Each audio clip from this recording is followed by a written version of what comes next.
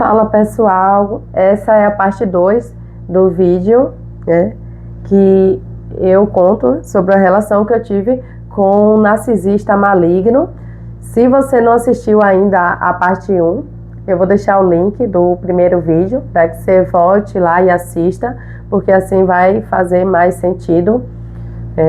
E dando continuidade, eu iniciei esse relacionamento no início de 2018, janeiro de 2018 mais precisamente, e ali eu passei a viver um ciclo bem tenebroso na minha vida. Essa é a palavra certa, um ciclo bem tenebroso, porque eu afirmo com toda certeza que foi a pior fase da minha vida. Antes eu achava que eu não era feliz, mas eu estava redondamente enganada. Eu era feliz sim, porque eu tinha minha paz de espírito e eu não tinha marcas que um relacionamento disfuncional e abusivo deixa em outra pessoa, deixa em um homem, deixa em uma mulher, porque esse transtorno de personalidade narcisista não tem gênero, e também pode ser uma mãe narcisista, um pai narcisista, um irmão, um chefe. No meu caso foi um relacionamento amoroso, né? E eu não vivi, até então eu não tinha vivido nem de longe nada perto disso, nada perto disso. Eu fiz uma pescazinha aqui porque para eu não me perder cronologicamente nos fatos, né? Então nesse ano de 2018 começou uma fase muito ruim na minha vida, onde eu perdi completamente o meu senso de identidade.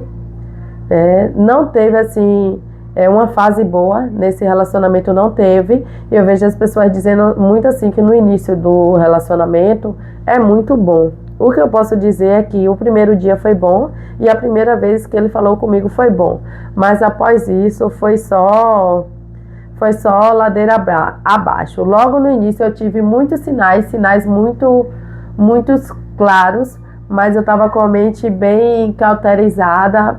Eu vejo que eu estava com escamas nos meus olhos, que eu não conseguia enxergar a realidade, e eu só enxergava aquilo que eu queria acreditar, aquilo que eu queria viver, mesmo que as atitudes deles eram diferentes daquilo que ele professava para mim. Porque eu pensava assim, poxa, ele está assumindo um relacionamento comigo, ele me apresentou para a família dele, ele fala que me ama o tempo todo, então de fato ele me ama. Eu não sei o que está acontecendo, porque ele não quer ficar perto de mim.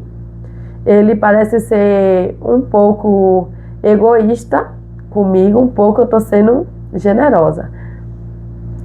Mas ele fala que me ama, então ficava uma confusão assim na minha mente, eu não tinha clareza, eu não sabia, nunca tinha ouvido falar em transtorno de personalidade. Para mim aquela situação ficou assim, bem confusa, e eu não tinha forças para sair daquele relacionamento, devido àquela carência, aquela dependência emocional muito grande. E eu tinha aquele sonho de construir uma família. Eu lembro que no início, quando a gente começou a namorar, ele falava comigo que queria um filho, e era algo que eu já queria também.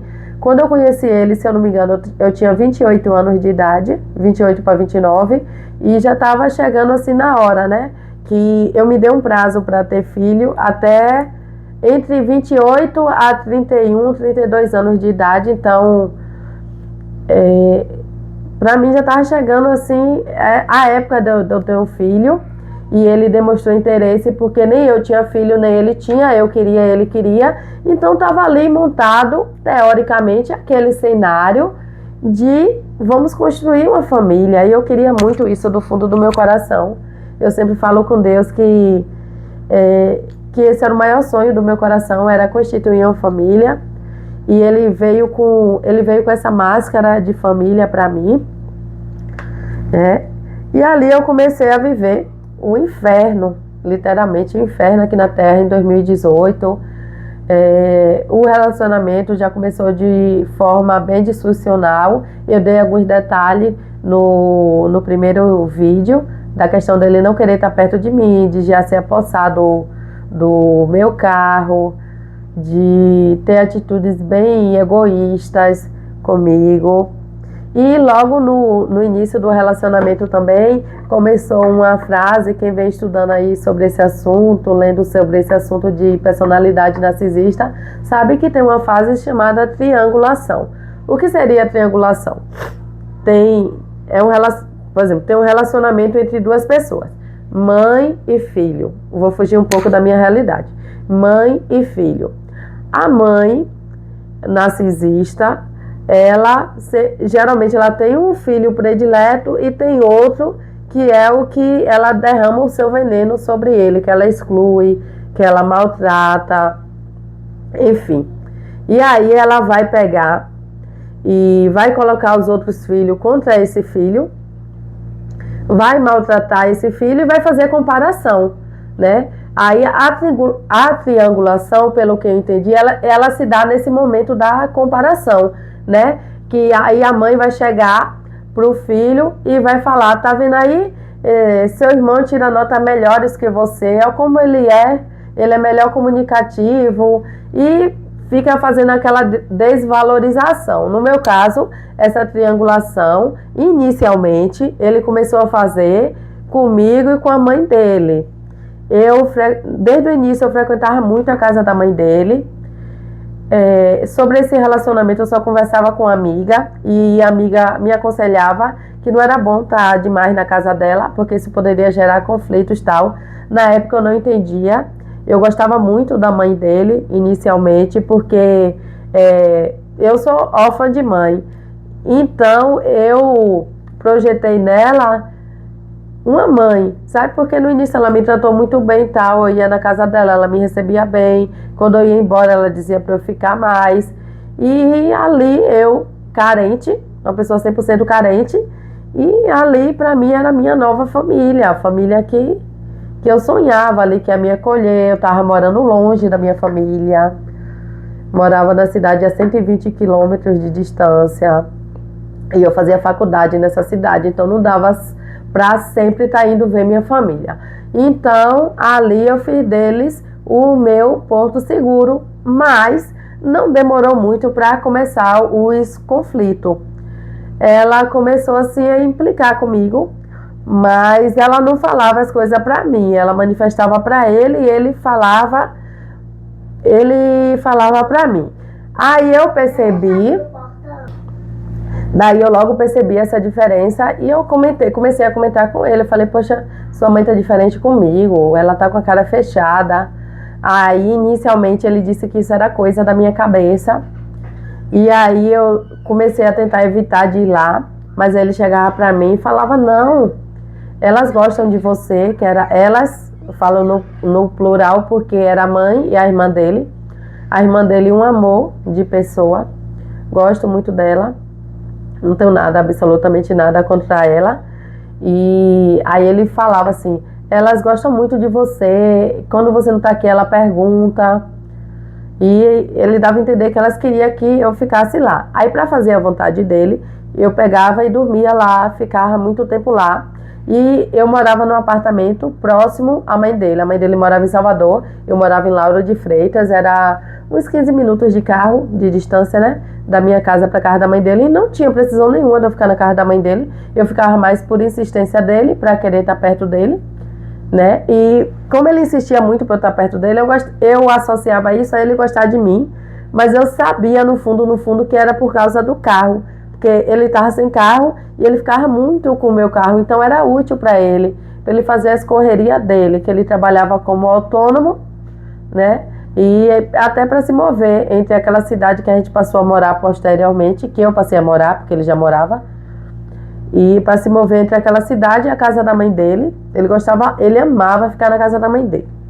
Aí começou a surgir esses conflitos, ela começou a implicar comigo, a ficar com cara feia, e no início que eu perguntava a ele, ele tentava maquiar a situação, porque ele queria que eu ficasse lá, porque ele gostava de ficar lá. Mas Não demorou muito, eu insistindo, né? Que eu não queria ficar mais lá, porque eu tava achando ela diferente, com cara feia. Aí ele ficava com as conversas de doido, ele começou a me responder assim: alguma coisa você fez. Se ela tá com a cara fechada, alguma coisa você fez. Eu falei: sim, meu filho, mas me fale o que foi que eu fiz, para que eu possa tentar resolver, para que eu não faça mais. Se o erro está em mim, fale que diabo foi, para tentar resolver a situação, não ficar nisso, porque eu gosto muito dela, né? E eu me sinto mal chegar lá, ela tá com a cara feia para mim. Aí ele não tinha uma conversa clara, ficava com as conversas de maluco, dizendo assim: alguma coisa você fez, você não sabe não o que você fez? Você vai saber.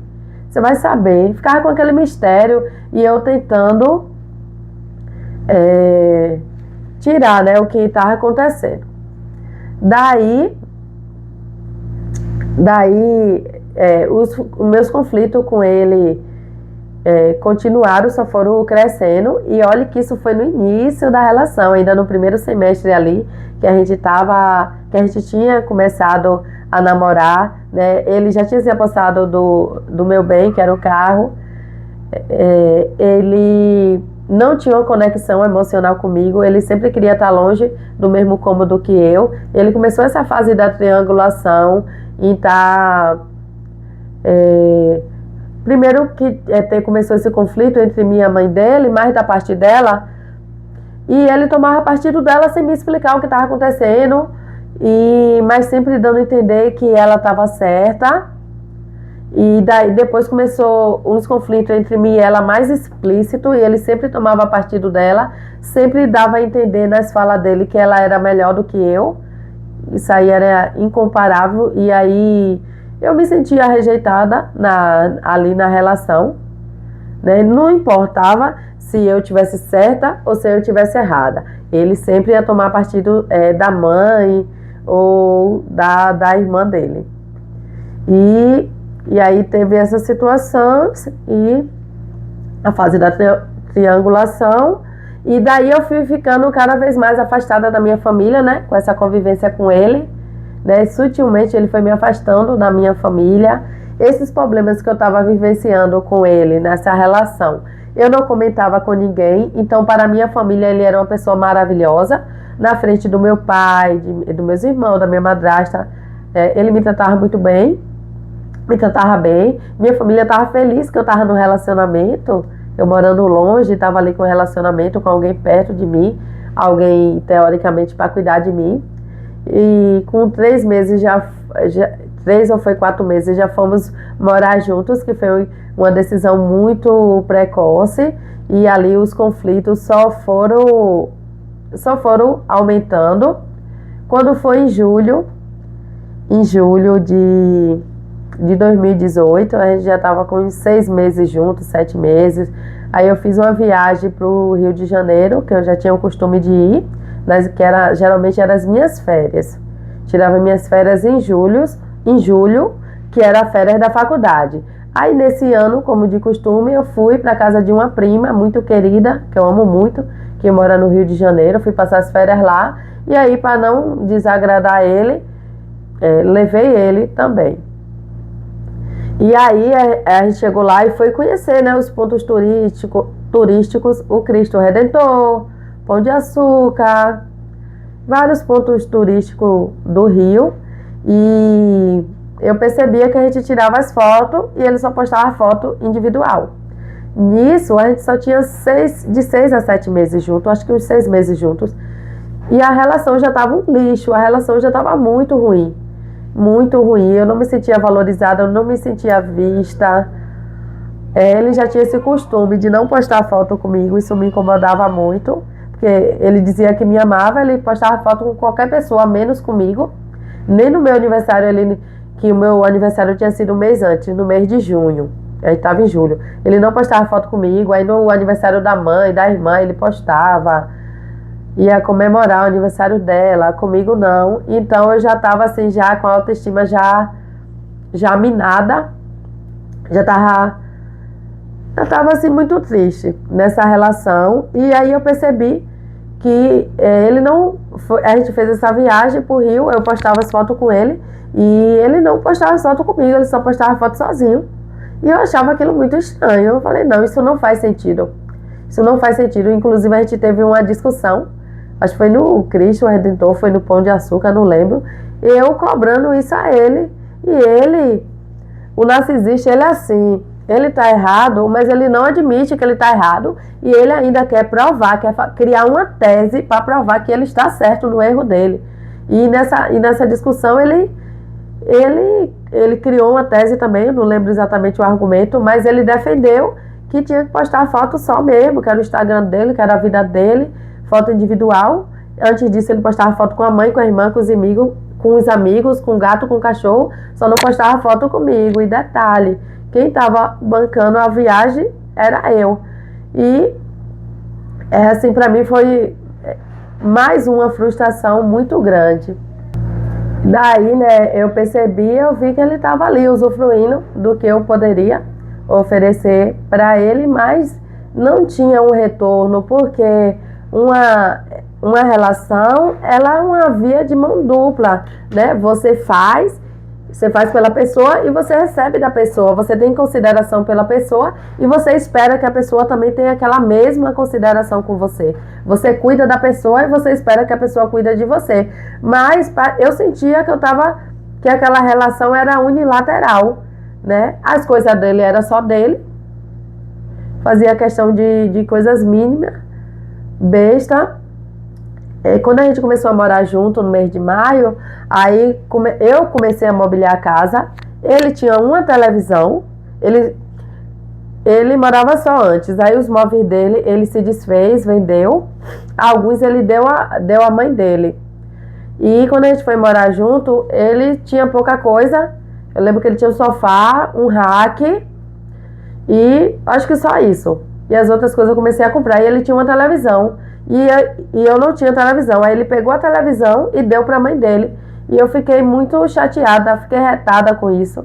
Questionei a ele, porque ele deu a televisão à mãe dele, sendo que a gente não tinha. E eu tava ali mobiliando a casa. E todo mundo sabe, já naquela época já não era barato mobiliar uma casa. E aí eu ia comprar, eu acho que eu já tinha um fogão, levei o fogão. Mas aí tive que comprar geladeira, cama eu já tinha. Meu guarda-roupa também já tinha. Mas fui comprar, queria mobiliar, sabe? Ver a casa arrumadinha. E ele não cooperava com isso. Não cooperava, só eu ali naquele esforço. Parecia que a casa era só minha, sabe? Teve até vez dele chegar a comentar que queria comprar algumas coisas para guardar. E eu via que aquilo não fazia sentido. Se a gente tá morando junto, quer dizer, eu pego meu dinheiro, meu salário, para comprar as coisas para mobiliar a casa para uso comum. Como é que ele vai comprar uma coisa para guardar ou simplesmente não compra nada e o pouco que ele tem, ele ainda doa para a mãe dele, sendo que a gente não tem. E ali já foi mais um motivo para isso gerou também uma discussão. E aí ele quis argumentar que ele estava certo, que era a mãe dele, que não sei o que. Eu falei, eu não acho certo, tá? Me esforçando para mobiliar a casa e você tem uma televisão, aqui não tem nenhuma. Sendo que sua mãe tem uma televisão, você pega e dá a sua a ela. E a gente fica aqui sem assistir. Eu não vou poder comprar televisão agora, porque comprei a geladeira, comprei outros móveis. E tinha que esperar terminar de pagar para poder comprar outra coisa.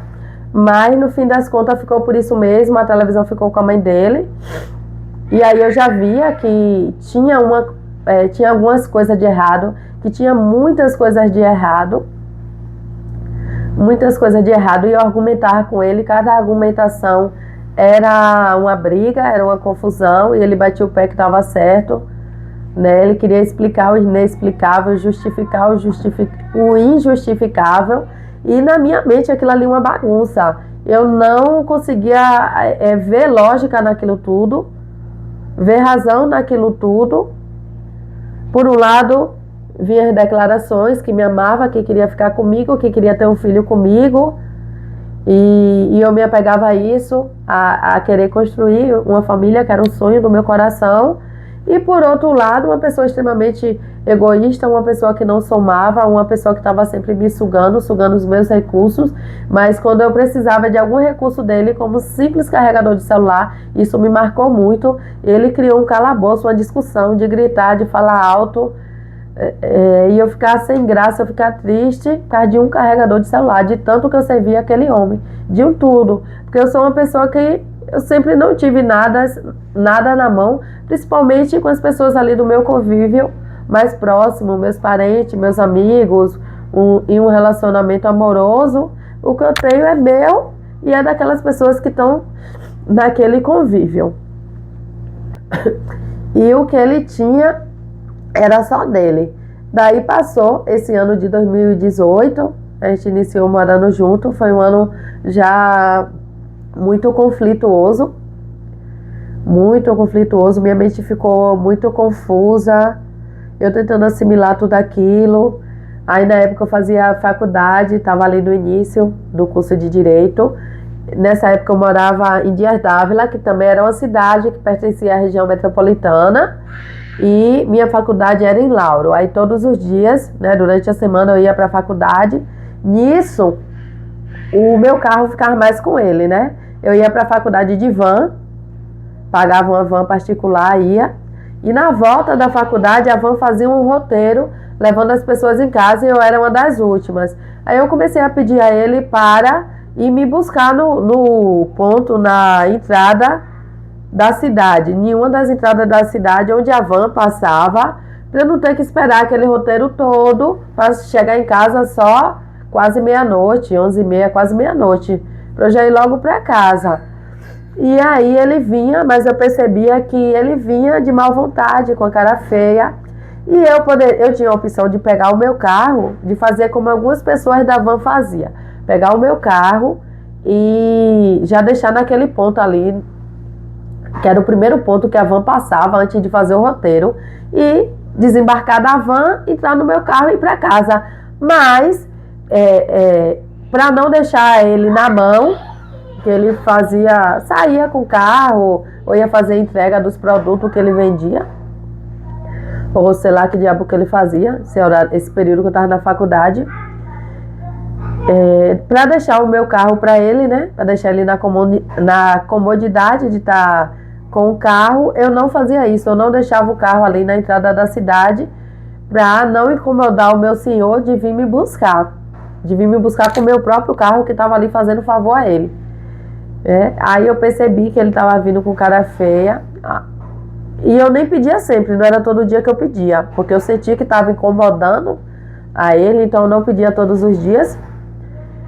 Mas nos dias que eu pedi, eu comecei a perceber ele com a cara feia, e isso começou a me incomodar. E aí teve um certo dia que eu peguei e perguntei, eu falei assim: você não gosta, né, de vir me perguntar? Aí ele olhou pra mim e falou assim: que jeito, como que dizer assim, né, eu tô com o seu carro mesmo, se fosse com o meu eu não vinha te pegar, então eu sou obrigado a vir te pegar. E aí eu nem soube dar a resposta a ele, e também eu fui muito abestalhada, muito trouxa, porque a partir daquele momento o que era o certo eu fazer, já que ele está incomodado em vir me pegar com o meu próprio carro, que ele está usando, que ele está se beneficiando, né? Então eu deveria ter pegado, a partir daquele dia, não ter deixado mais o carro com ele à noite, no período da noite, ter deixado o carro ali no primeiro ponto, e todo dia eu já ter a comodidade de ir para casa direto. Eu já chegava cansada da faculdade, mas não, eu trouxa, continuei e não tive coragem de fazer isso. Eu tinha e tenho um coração muito bom, que chega até ser trouxa, e eu venho trabalhando nisso. Eu não quero mais ser assim, porque não adianta você ser bom para os outros e se prejudicar e fazer mal a si mesmo. Quando a palavra de Deus fala para amar o próximo, fala assim como a si mesmo. Eu não me amava, eu amava o próximo mais do que a mim mesma, e isso está errado, está erradíssimo. Eu me anulava muito pelas pessoas para ajudar o próximo, sempre lavava a mão dos outros, mas toda vez que chegava na minha vez a água acabava, e isso eu percebi que a médio e a longo prazo acabou me adoecendo emocionalmente. Esse relacionamento foi um caos na minha vida, me eu me anulei enquanto ser humano. Eu perdi 100%, como eu já falei, o meu senso de identidade. Eu não sabia mais quais eram os meus gostos pessoais, o que eu gostava de fazer. Eu vivia em função de agradar, né, aquela pessoa e de tentar fazer aquele relacionamento funcionar. E o que antes também, eu ia trabalhar com meu carro ficava ali naquela instituição que eu trabalhava, e quando eu saía, eu pegava o carro e ia para casa. Assim que eu comecei a me relacionar com ele, eu deixei meu carro na mão dele, e aí ele ia me levar e ia me buscar no trabalho, e nesse interim, meu serviço era ali de 24 horas, nesse interim ele usava o carro. Daí, uma parte que eu falei no primeiro vídeo, que eu ia explicar depois, que eu achava que ele queria que eu ficasse ali com ele o tempo todo, porque ele gostava de mim, não era. Era para esse usufruto do meu carro, era conveniente para ele. E começou assim. Esse assunto eu vou falar em outro vídeo. Essa questão dessa usurpação financeira, que isso aí só foi o princípio das dores, só foi o início. O primeiro carro, depois a gente foi morar junto, a gente combinou inicialmente de dividir o aluguel, mas por fim eu fiquei pagando o aluguel sozinha, mobiliei a casa sozinha e fazia tudo sozinha. E não pense que eu não cobrava ele não, porque para mim aquilo não fazia sentido. Para mim, no meu entendimento, o homem é o agente provedor de um lar, da família, um pai de família, ele ali é o provedor e a mulher auxilia e ajuda, né? Então eu não aceitava aquilo, não achava aquilo normal, e eu comecei a cobrar isso dele, a cobrar que ele me ajudasse a pagar as contas, a pagar o aluguel. Se eu não me engano, se não me falha melhor a memória, nos primeiros meses ele até me ajudava a pagar. Aí depois parou de pagar o aluguel.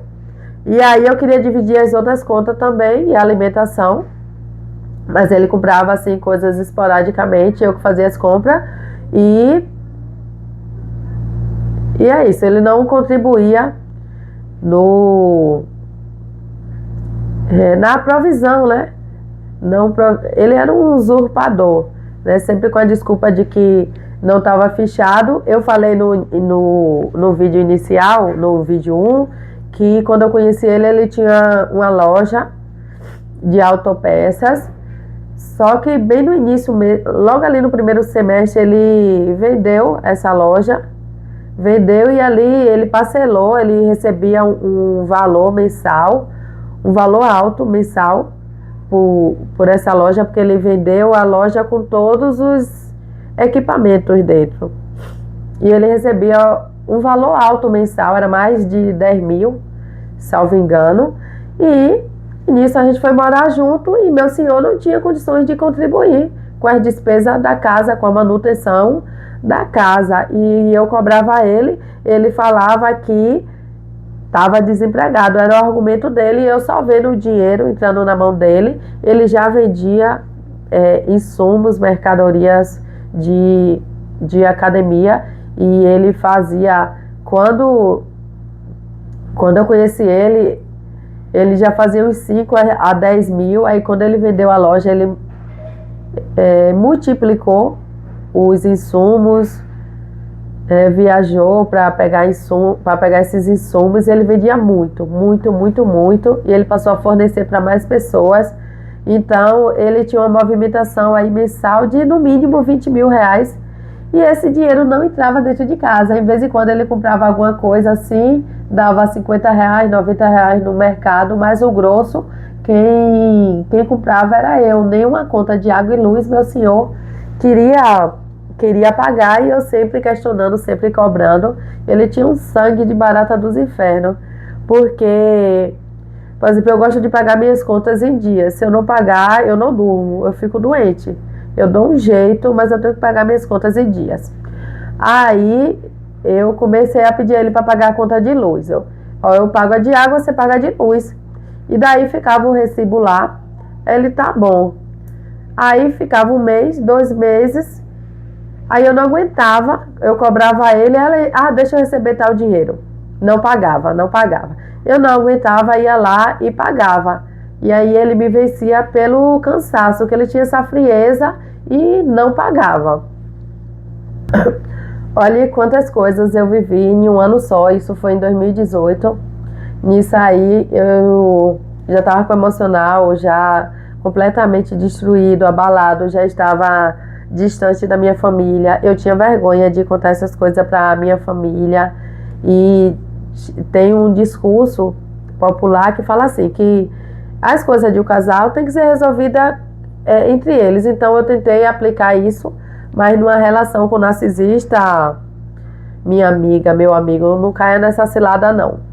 É bom sim você contar para a família, contar para outras pessoas, porque quem está fora daquela relação vai ter uma outra visão. E no meu caso, eu nem tinha, eu não entendia o que estava acontecendo. Eu tentava gerir aquilo tudo ali e tentava fazer com que as coisas ficassem bem, mas eu não tinha assim ainda aquela clareza de que eu estava dentro de um relacionamento totalmente disfuncional, totalmente abusivo, tóxico, que não era normal aquilo, que aquilo que ele falava que eu era problemática, que eu era louca, porque eu sou uma pessoa questionadora. Se algo me incomoda, eu chego lá e questiono. E cada questionamento que eu fazia era uma briga, era uma discussão, era uma confusão. E por isso ele me chamava de louca, de desequilibrada. E os adjetivos e xingamentos eram infinitos. E em muitos momentos, aquelas mentiras que ele me contava, né? Que eu estava surtando, que eu estava ficando louca, que eu era problemática.